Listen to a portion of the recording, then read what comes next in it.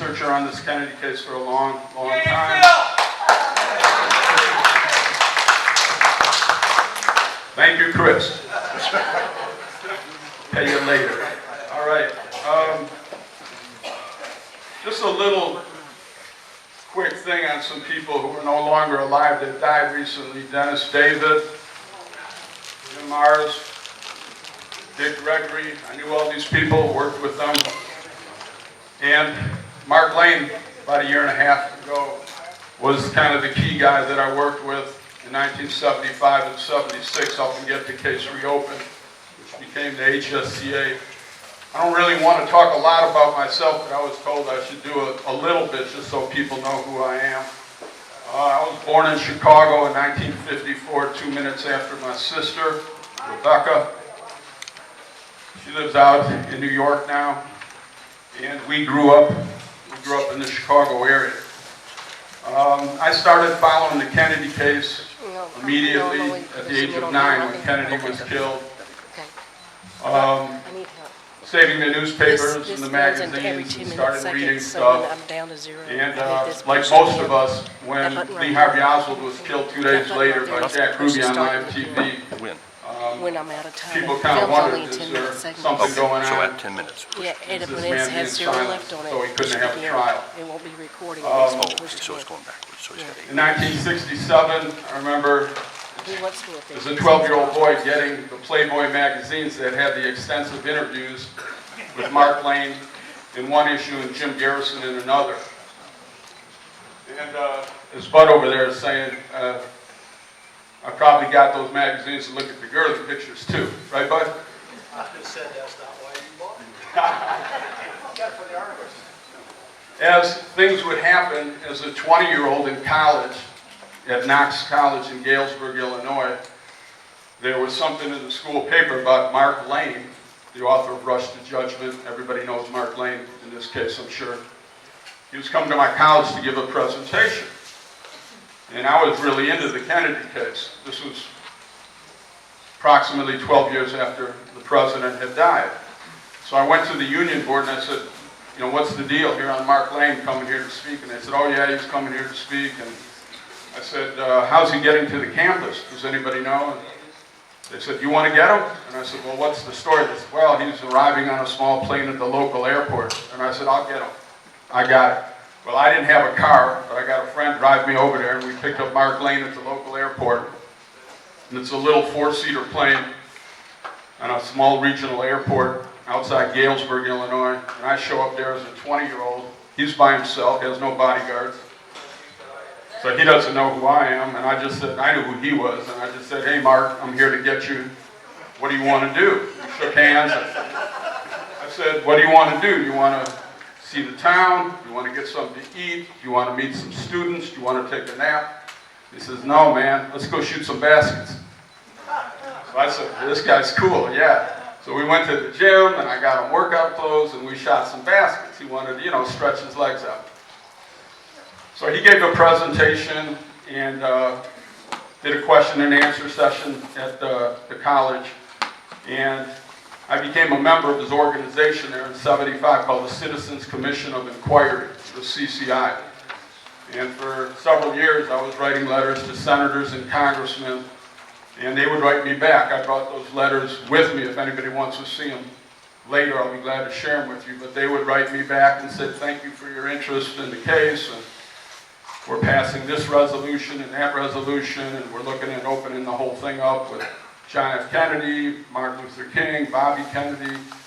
They even at the time were looking at opening up the Governor Wallace shooting.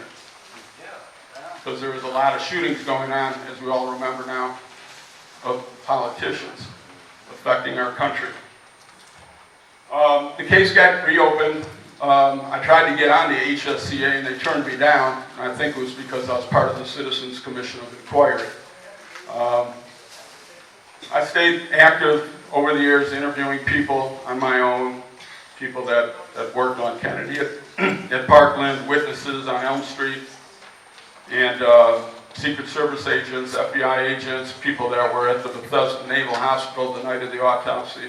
And a few years ago, I started tracking down the guys who carried Kennedy's coffin for 4 days, from November 22nd to November 25th.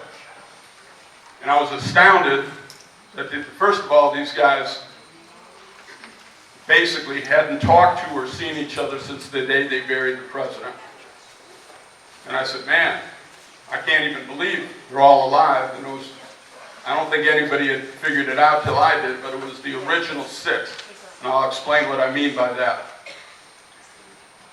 in a moment. So I tracked these guys down and put together an event in February of 15 in the Chicago area where I had 7 people from Bethesda. I call it the Bethesda 7. We had 7 people that were at Bethesda the night of the autopsy. Some of them were inside the morgue. Some of them were in the hallway guarding the door. Some of them carried a coffin in or out. And it's a tale of 3 coffins, at least. After that, I put together an event in September of 15 with Hubert Clark of the Honor Guard, Abraham Bolden, formerly of the Secret Service. So when I hear that song that St. John Hunt sang, but anybody here remember Abraham? It's Abraham Lincoln, but I'm thinking of Abraham Bolden. He paid a deep price, went to prison for trying to speak the truth. He's still alive in Chicago in his 80s. But I was able to set aside some time and bring in Hubert to the Chicago area, and we had lunch with Abraham, and we filmed that. Hubert saw Abraham in death the night of the morgue, lying on his back on an autopsy table, and Abraham tried to save his life while he was alive in 1961 as a Secret Service agent, the first African-American Secret Service agent on the White House detail, handpicked by Kennedy himself. When Abraham tried to come forward and tell the Warren Commission what he knew about certain things, he ended up in prison on some trumped-up charges. That's a different story. We're not going to have time to get into that now. This led to a reunion event I was proud to put together just a little over a year ago in the Chicago area, where I reunited the original 6 Honor Guard guys. We got, as I mentioned, Hubert Clark, raise your hand, of the Navy. Hubert was the young guy at 19. We have Bud Barnum of the Coast Guard.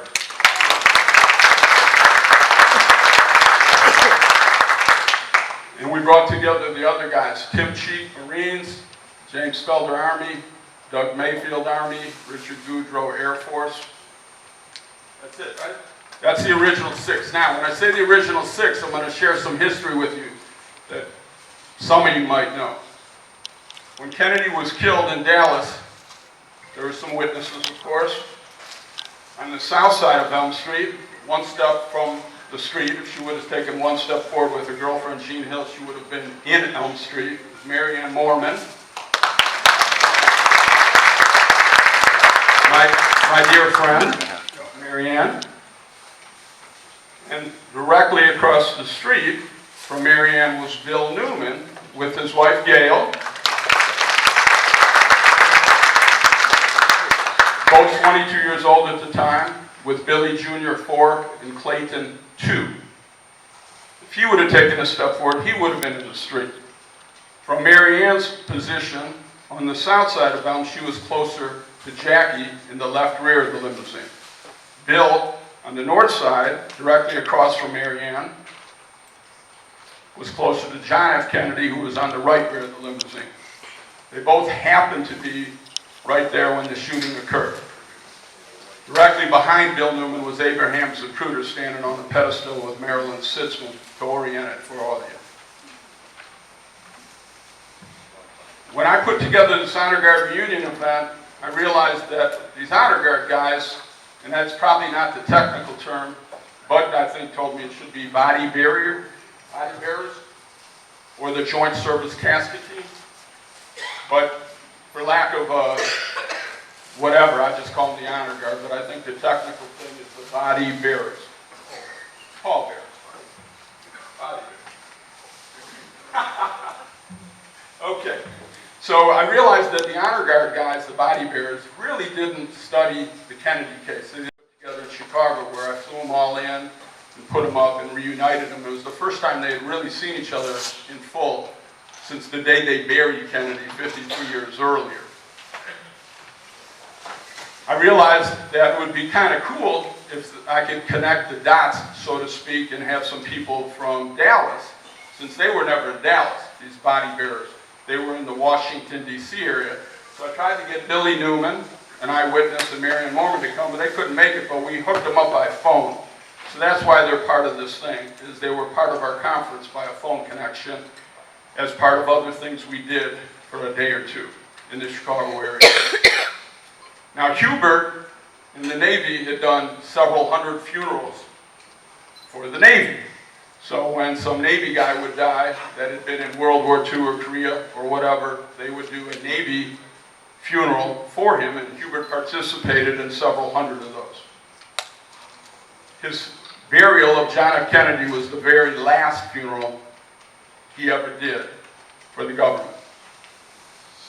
My other guy here, Bud Barnum, in the Coast Guard, had never done a funeral. So it was his very first funeral. And he had to figure it out kind of as things progressed over that 4-day period, though they did find time that weekend to do some rehearsing. But it involved carrying a coffin, which has to be kept level front to back, side to side, at all times. It involves folding a flag, where there's numerous steps. And when you're done, it's in a tight triangle with no red showing. And they had to kind of do this together. And given that it was President Kennedy, the commander-in-chief, it was this joint service casket team.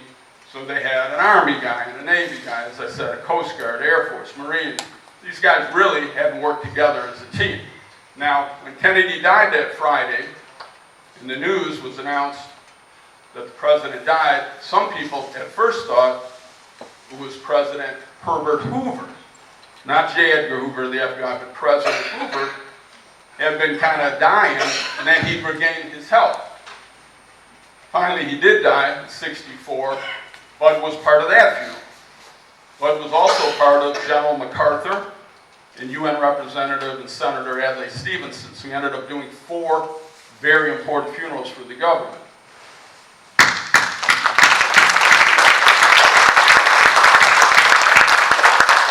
So in summary, it was Hubert's last funeral, John F. Kennedy, and it was Bud's first. But this was thrown together very quickly. These guys got the news that Friday. Now, Kennedy was killed at approximately 12:30, Dallas time. It was already 1:30 where these guys were. So it's a little bit later in the day, right? Well, by the time it was announced that Kennedy was shot, then it was announced later that he had actually died, you're talking 2:33 in the afternoon, East Coast time. These guys were all looking forward. Hey, the weekend's coming up. It's a Friday. Thanksgiving's next week. All of a sudden, they got thrown into history. They were told, get on your uniforms, report to Andrews Air Force Base. The plane's coming back from Dallas. They got there. They reported to Lieutenant Sam Burt of the Army. He got them together. The coffin's being unloaded. Everybody wants to get in on the act. The Secret Service and the Kennedy aides. They almost dropped the coffin. They almost shoved Hubert into the ambulance. There's photographs and film swells, right? Everybody's saying, how come there's no flag on the coffin? Lieutenant Sam Burt ain't too pleased. Nothing's going right. Coffin almost landed on the tarmac. Right, Hubert? Very disorganized. These guys knew how to handle coffins. Of course, it was Bud's first time, but the other guys were very experienced at handling a coffin and how to do it and how to balance your weight and keep it level. So the coffin goes into the ambulance. Jackie gets in there, Bobby gets in there, and they're driving over from Andrews Air Force Base to the Bethesda Naval Hospital. These guys get into a helicopter to get there before the ambulance, and they do. The ambulance arrives at Bethesda. Photographers and journalists jump out of nowhere. According to Hubert, it seemed like 100 of them, maybe more. Right? Ambulance takes off. I'm not going to say these guys who were told, quick, back in the pickup, they got in the back of an open-bedded pickup truck. It's a cold, dark November night in Washington, D.C., but they got separated. Eventually, they hooked up and brought the bronze Dallas coffin into the anteroom adjacent to the morgue. Correct? Okay. At this event that I put together a year ago, they heard some other stories from Dennis David, who was chief of the day, worked at Bethesda, that earlier, the shipping coffin had arrived. That's a whole other story. The coffin that these gentlemen handled as the body bearers was the bronze Dallas coffin from the O'Neill Funeral Home we've seen in all the photographs, being loaded onto Air Force One at Love Field, getting ready to leave Dallas and being unloaded at Andrews. Well, this coffin was damaged. It was scratched up and it had a loose handle. And it was determined Kennedy cannot be buried in this. We need to get him an appropriate coffin that's undamaged. So that night, while these guys were on guard in the hallway, told not to let anybody into the morgue without proper credentials, people went out to the Gallers Funeral Home and acquired a new coffin for Kennedy. And it was this African wooden mahogany coffin that weighed approximately twice as much as this Dallas coffin. But these guys didn't know it at the time. It was a little bit wider, I've been told, a little bit longer, but probably twice as heavy. Is that accurate? Okay. Hubert says 1,300 pounds. I'm not sure anybody weighed it, but that's what we've been told. It was very heavy.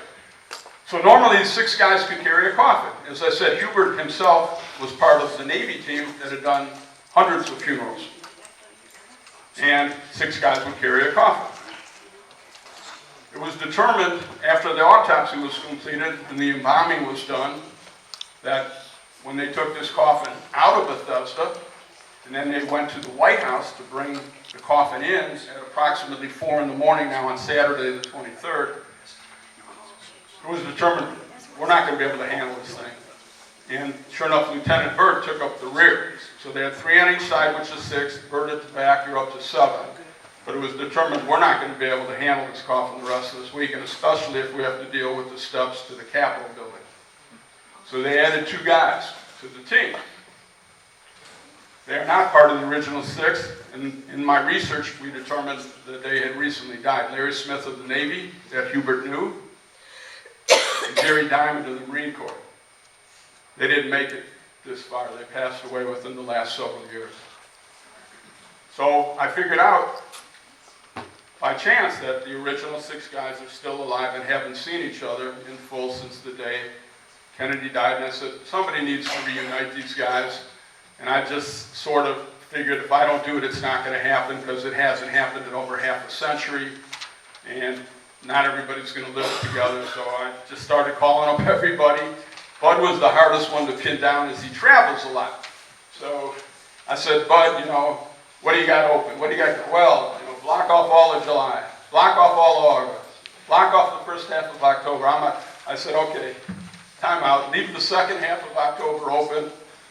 Do not plan anything. And I went to the other guys and somehow made it work. Now, the one curveball we had was Jerry Diamond, Doug Mayfield, lives in California, doesn't travel. Got some health issues, but we were able to hook him up by the computer, a Skype type of thing. And he was able to participate with the other guys. And it came out pretty good with the computer hookup. Now, Mary Ann Mormon, my friend right here, had a Polaroid camera. Most of you might know her story. Took little black and white pictures, maybe no more than 3 inches by 3 inches. Come right out of the camera. You have to put a little fixative or gel on it. And you can only take a picture every 10 seconds at the quickest. Couldn't take one and then another one a second later. You'd have to wait at least 10 seconds approximately before you could take the second picture. When she took her picture, you see the grassy knoll in the background. And if you look at the full uncropped picture in some of the books that are out there, like Robert Grogan's books, or you get on the internet, you'll see the Friday, the Saturday, the Sunday, the Monday. Now, when they realized, this is a great story, this is almost my favorite story. I want to make sure I tell it, so I'm going to. Over that weekend, when they realized that this African mahogany wooden coffin that was maybe lined with lead was so enormously heavy that they needed the 9 guys to carry it, which was good, but it also made it bad because now everybody's crunched together, and you have to take shorter little steps and not trip over each other, especially when you're going up and down steps like at the Capitol. And the steps apparently at the Capitol weren't normal configured steps. You know, they were difficult steps, the way, the height and the length of these steps, right? Yeah, they were awkward steps. And there were a lot of them. And you got to keep the coffin, as I said, level front and back and up and down. So they realized they better practice. Well, you can't practice at the Capitol that weekend.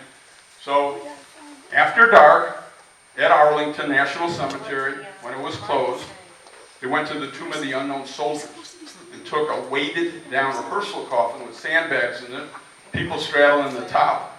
And they were going up and down and up and down and up and down the steps in the dark at night at the Tomb of the Unknown Soldiers to prepare themselves for carrying this heavy coffin up and down the steps of the Capitol. In the meantime, they're also practicing folding the flag together. So what I'd like to do now, where's that lady that's helping me? I think that's her. Phil, when are you going to let them speak? We're going to do a question and answer session, Judith, after the film. They can't speak now about what they're, Well, the film, I understand the film is important, but We want to hear from them too at the podium. well, the plan was to show this film and then open it up for questions and answers. If you don't want it that way, we would just want to show the film. since we cannot actually, nobody can take a film of the film. That's correct. Yeah, so can we have That's these fine. people- Let's not show the film, Judith. Okay, I was thinking if they can speak, because we brought Let's them in. open it up to questions and answers. So- No, we want them to speak and then questions and answers. Well, they're not prepared to speak, but they're At all? prepared to do questions and answers. Is that okay? Well, how do we know what to ask them? That's why I did this whole Yeah. introductory segment. But gentlemen, do you have anything you would like to say? Don't you want to say anything? Go ahead. Get the Well, microphone. Phil has given a very good synopsis of Yeah. what happened during that time. Obviously, there's a kind of other little things. Can't hear me? Let him go to the podium. Yeah, we need to hear from you. You're witnesses. Okay. Phil did a very good job of synopsis of everything that happened during that Yeah. period. Obviously, there were hundreds of little stories within the story that It's your- we still recall today when we visit. So the getting us together when he did a year ago, October, it's kind of fun in a sad way. We hadn't seen each other. We'd all gone our separate ways. We all had events in our lives that were good and some not so good. But we were there for 3 days, and I don't think we quit talking. We were talking over each other. I'll never forget the first time there was a story that got out that Hubie had been killed in New York. He left Washington, D.C. the day or so after the funeral. And that while he was on leave en route to Italy for his next assignment, he got killed. Everybody just assumed that. Well, I presently I moved to Minnesota 5 years ago from Virginia. I'm sitting in my chair one night, and the phone rings, and the guy says, "This is Hubie Clark." And I had to ring, Hubie Clark. And the one I know was in the funeral. So I had to ask him, I said, "I hope the hell you're not calling collect." And then the story came out, and we've since learned what happened. But it's been a pleasure to see all these people again. And I think Phil mentioned it, the only time that he was a professional honor guard body bearer. The Coast Guard at that time did not have a designated honor guard. The enlisted people assigned to Coast Guard headquarters in Washington, D.C., it was a collateral duty of theirs. There was always something going on, flag presentation, and this case, we were rehearsing for state funerals that the Army was in charge of. They were expecting President Hoover to check out, like Phil said. So I had never trained to be a body bearer. When we go to training, I was on the casket.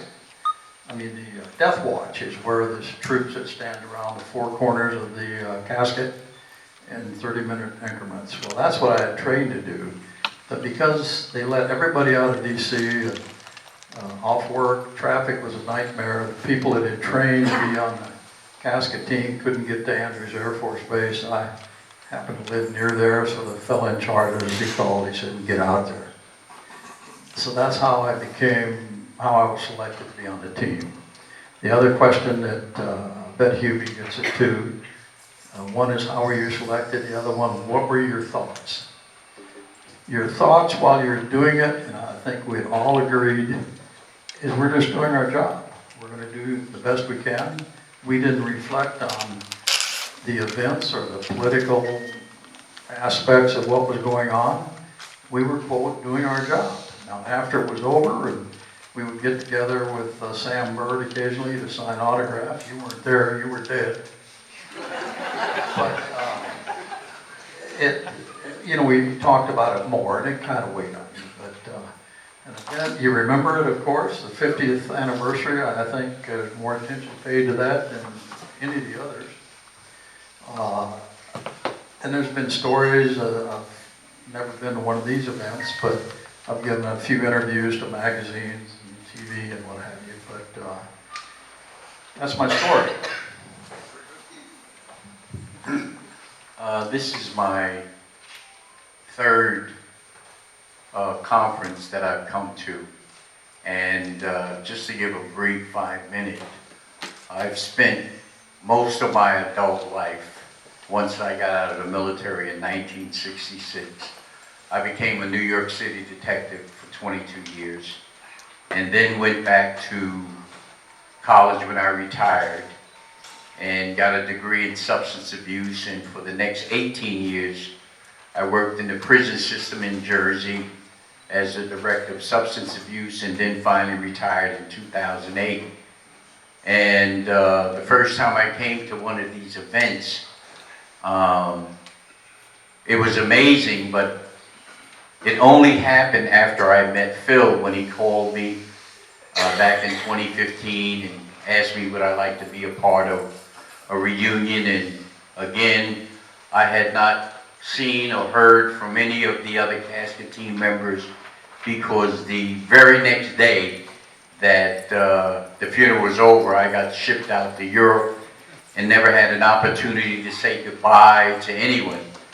But one of the things that I want to leave you with is there were a lot of things that were going on that night, especially with the casket team being in the back of a pickup truck, chasing the ambulance around the Bethesda Naval Hospital at night in the cold, getting or being worried about getting bounced out of the back of a pickup truck, going around and around, and finally coming up on the Navy ambulance in the back of the Bethesda Naval Hospital. But seeing things that night that really didn't impact me until we had the reunion, where I truly learned, or we truly learned, what had taken place while we were still on the helicopter.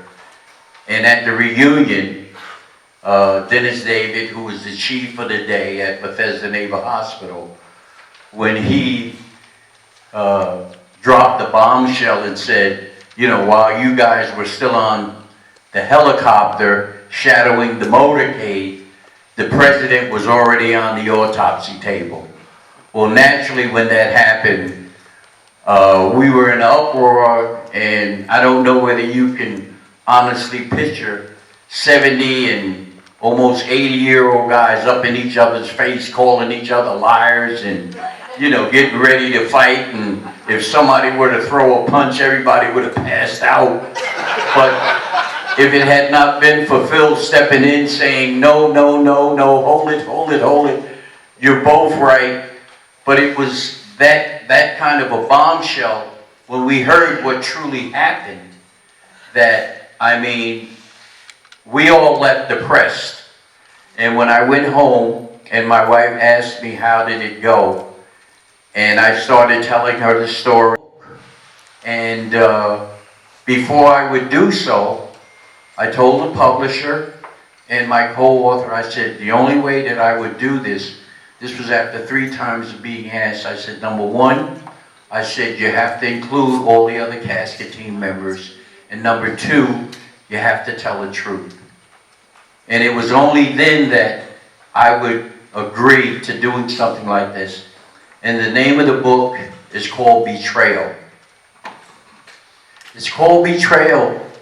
And the reason I titled it that is because I felt that the government had betrayed the American people by lying and telling the American people what took place over those 4 days. And I spoke to the other casket team members, and we all were there, but we all remember slightly different things. And being in law enforcement for 22 years as a detective, the best witness is an eyewitness.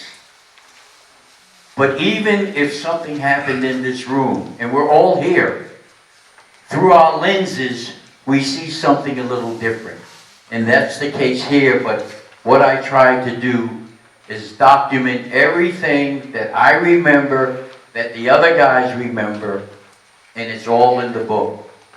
And Phil documented pictures and everything, and when you buy a book, and Phil has pictures of the honor guard that we all signed, and they're all part of history. The original 6 pallbearers. And I mean, they're beautiful. They're really beautiful.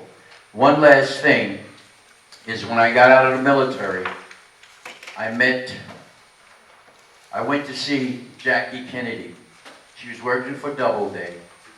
And one of the things that they did for President Kennedy is they minted PT-109 boats. And he used to pass them out. And they were supposed to be given to him at Thanksgiving dinner. And I have a letter dated in my book, or in my album, that's dated November 22nd, the day he was assassinated. So he never got to receive it. But when I met Jackie Kennedy, she said, you were in the Navy, and she said he would love for you to have this. And she gave me the gold PT-109 boat that he was supposed to receive. And then she gave me a minted coin, a sterling silver, $50. You will never see this again, ladies and gentlemen. But the head is raised from the coin. It was minted in 1964. And I will let everyone see it, but I will pull out my gun while you have it in your hand to make sure I get it back. But you will never see this again. So if anybody wants to look at it, just come by and I will show it to you. But as Phil said, it was probably the most memorable experience and traumatic experience that I would ever grow, in spite of the shootouts that I've been involved in New York and things that happened in prison. But this truly was an historic event, especially when I was the youngest individual on the team. Everyone was much older than I. But the book you can get from Chris at the back table. And I again want to thank you so much for coming.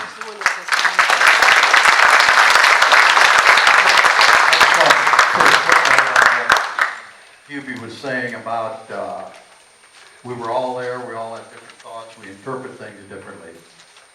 At the time I worked for an older commander. I came back to work. He made me sit down at a manual typewriter and type up my recollections of the previous 4 days. Would I have done it on my own? Absolutely not. I didn't want any more to do with it. The reason that he did it, his wife had lived next door to an old gentleman in Illinois who said he was a pallbearer for Abraham Lincoln. And he had the medals that they gave him, but no stories to back it up.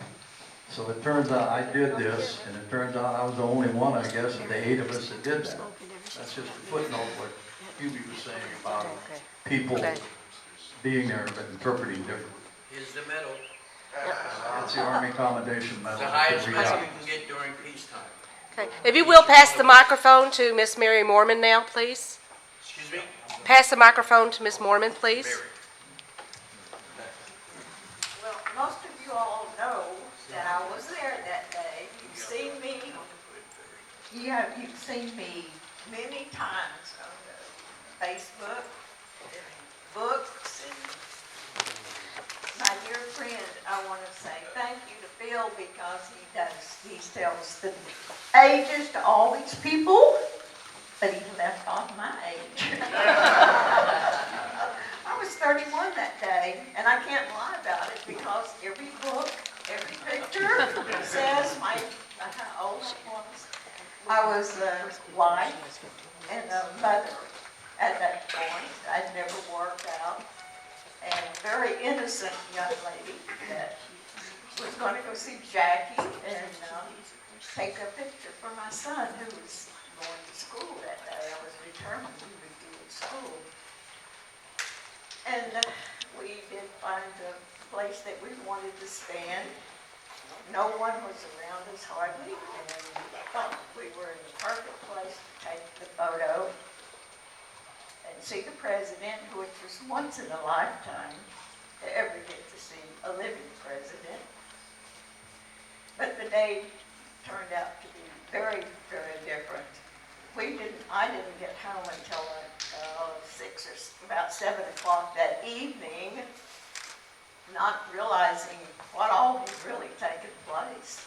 It was just another day, other than all the confusion with all the reporters and cameras and whatnot. But I took Jean home, and for some reason, I don't know, we did not discuss the event of that day for weeks. In fact, she was a bowling friend of mine, and we just went our separate ways and did our thing, whatever. And she was a school teacher that was working at that time, and it was just another day. And for 20 years, I put that picture away. I didn't give it another thought until the early 80s when Gary Mack called me and was talking to me. So I have not lived with this day in history all these years. But God has given me a long life. I'm 85 now. And Still looks good.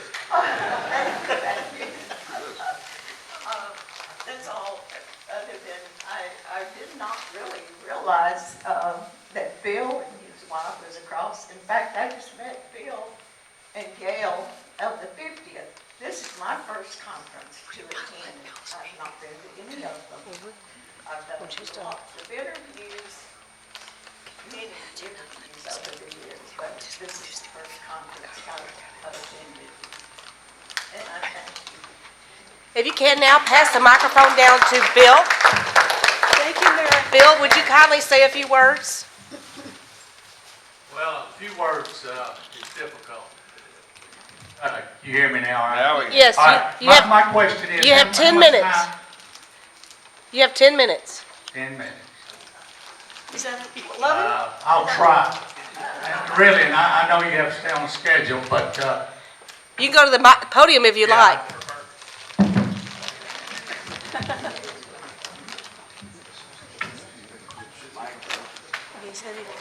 prefer- All right, is this fine? Can everybody Yes, hear me? state your full name. William Eugene Newman. All right, do you hear me now? Yes, sir. Now, we need your DNA and social security number. I feel privileged to sit up here with these two gentlemen that served our country, and I really mean that when I say that. I thought this was gonna be one of the easy ones for me. After what Phil had to say, I thought I was just gonna be able to sit there and look pretty. I'd like to explain the 22-year-old and the 4-year-old and the two being having a 4-year-old and 2-year-old. Gail and I were seniors in high school, and we fell in, I don't think it was love, I think it was lust. And we ran off to Oklahoma and got married. And since then, we of course had 2 children, and somewhere along the way it became love. And I'm happy to say that we're still married today. Oh, that's nice. Thank you. And after all those many years, I can recall that we had probably 8 or 10 years of good years out of all that. The rest of it's been pretty darn rough. But that's the humor.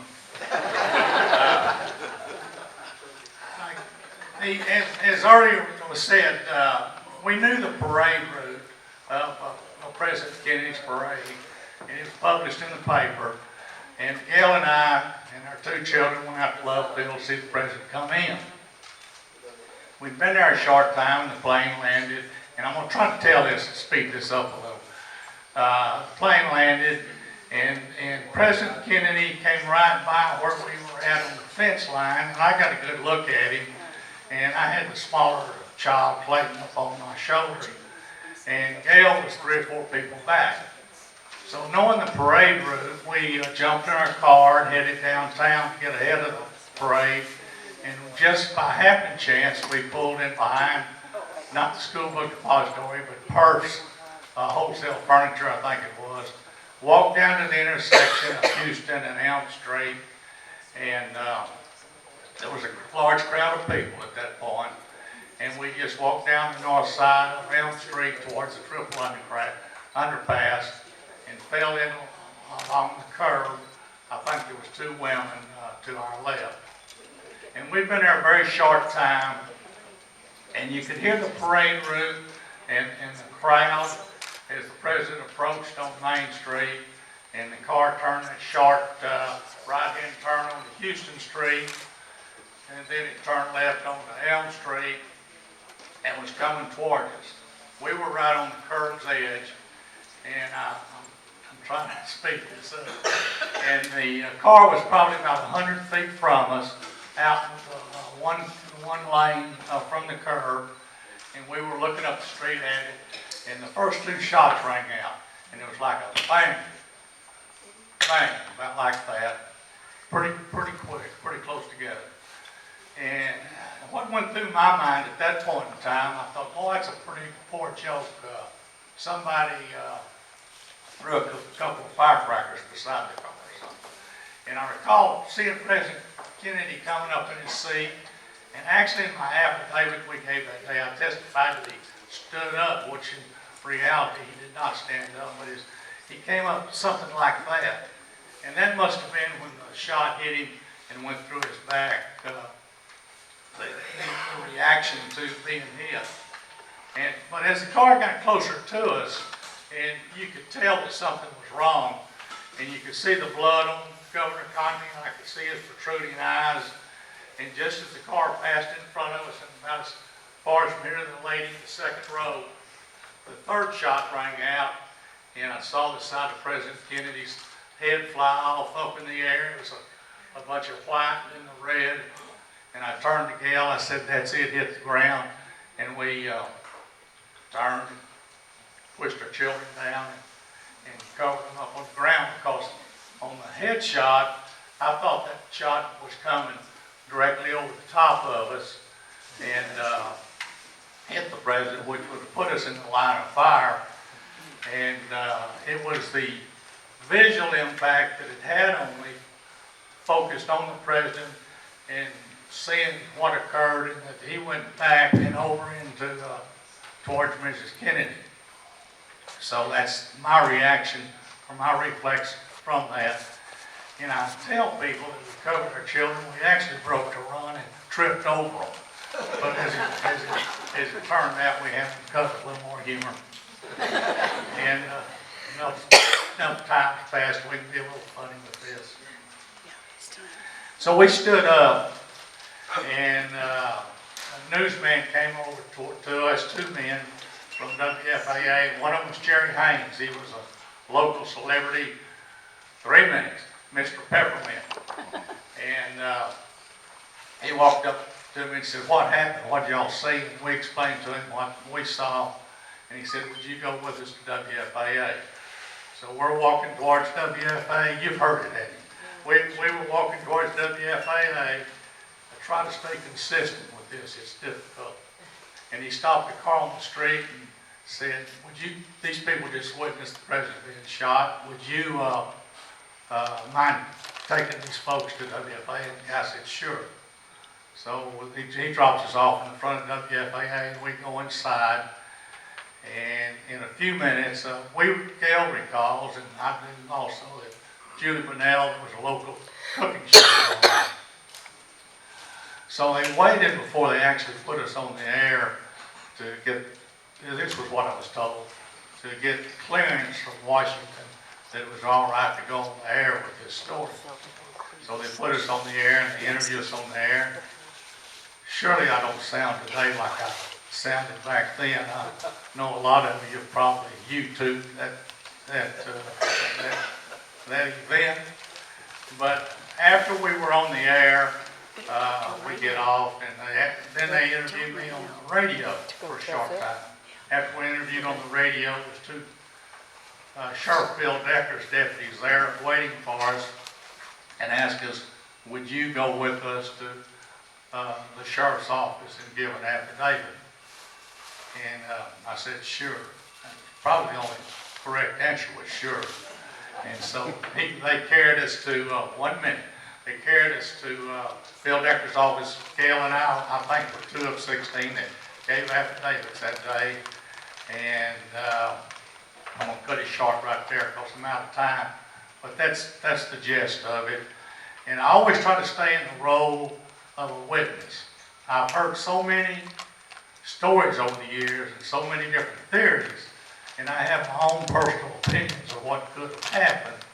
But when I stand before a group like this, if you ask me what I thought, why he was killed and so forth, I try to stay away from it because I think it would contaminate my story somewhat as a witness.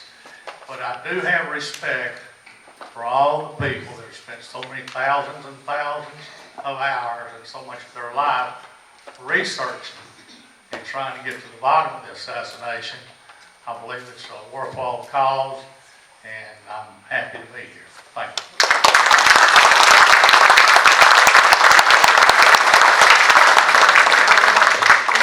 How much time is left for our segment? 3? 3 minutes left? Yes, sir. Okay, we're gonna only have 3 minutes now for questions. Raise your hand, Ed. What does the comedian say? Is this thing on? Yeah. Okay, I guess we got 5 minutes for questions and answers. Okay. If you have a question, please come to this microphone and ask the question of the stage. Hi, Bill. Bill Newman. We met years ago. We have a picture of you and me and Jesse Ventura together. I was Nigel Turner's most trusted consultant on the Men Who Killed Kennedy series, especially parts 7 and 9. Have you heard from him at all? Not in many years. I think that Gail has contacted the lady that was with him. I tell you, my mind's going. I can't even call her name. I haven't heard from him since 2007. I have talked to the cameraman for the series, and he told me he was alive and well, but he hasn't communicated with anyone, so I was wondering if I know he was close to you. As I recall, he stayed at your home, if I'm not mistaken. He almost So I thought,